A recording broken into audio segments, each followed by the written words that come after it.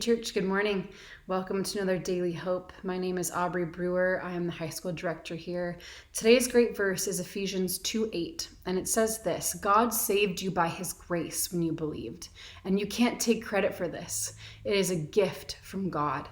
So Paul, who wrote this letter to the Ephesians, knew that we as human beings, that there's something deep down in us that we would want to take credit for our salvation, that we would want to rack up our spiritual resume so that we could somehow believe or work our way into believing that we have control over our salvation, that we can earn our way into God's family and into God's favor rather than just being in a posture of reception, of receiving this beautiful gift that we've been given called salvation, right? The saving grace of Christ. This mindset of earning, of controlling, in some ways, I think we think it'll make our lives easier if we could just control our destiny, right? If we can just take things into our own hands.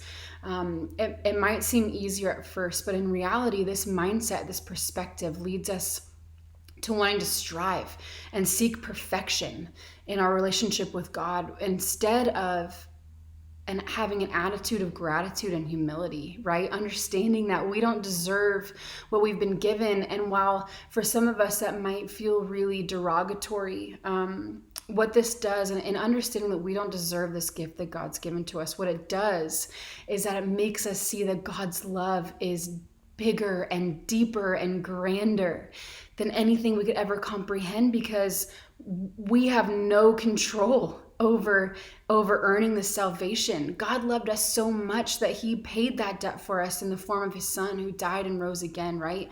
And how big does that and good and faithful does that make the love of our God?